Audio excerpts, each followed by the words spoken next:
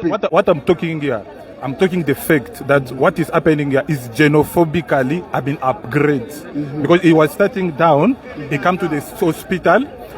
Now the reason they are used that school is full is lies. Is a liar because last year on July on social medias there was talk about these things happening now.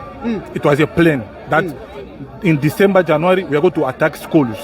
On those times, if I can ask you a question, there was already that school can be full. There are prophets to know that the school can be full so that they can come and fight here. Because it was a plan. What is happening now, it was a plan that has been made since last year. On July, they will say, after the hospital, we are going to attack the schools. So what? So that the reason that the reason that everyone you're using here that the school is full is a liar, is a false. It's a false reason. It's a false reason to hiding the xenophobic in behind. That's what is happening here. So what's happening is a pure xenophobic. And if you life is individual. Life is not about the group. Me, when I make this child, I must provide for the child.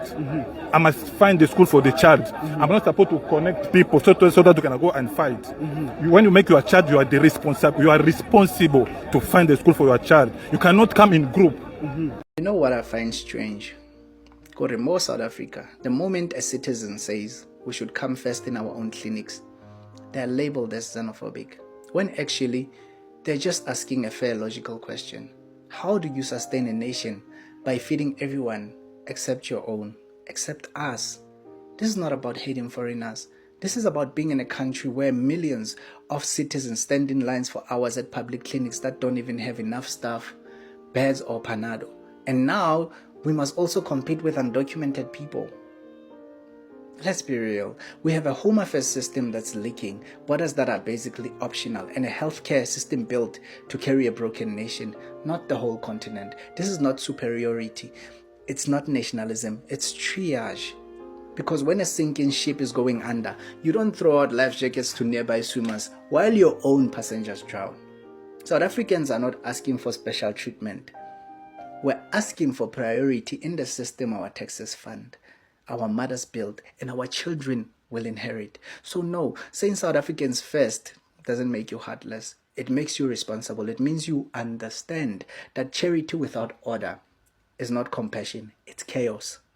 Fix the immigration system, fix home affairs, control the flow, then we can talk about sharing. But until then, if we're still arguing about whether South Africans deserve to come first in South Africa, then the real crisis is in healthcare.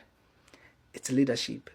Welcome back to my channel. This is Gist with Nene TV.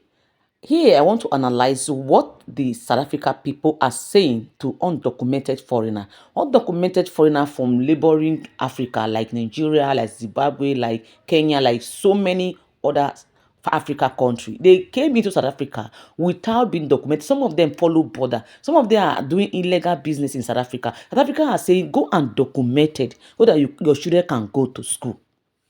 The way the foreigners are crying, they don't want our children to go to school. They have been this, they have been this, they have been that. That is not what South Africa people are saying. They said, go and do proper documents so that when anything happen, anything go wrong in South Africa, they will know who and who to hold responsible. Now, these stubborn, illegal foreigner and undocumented people, they don't want to be documented and they want their children to go to school. Is it possible? No.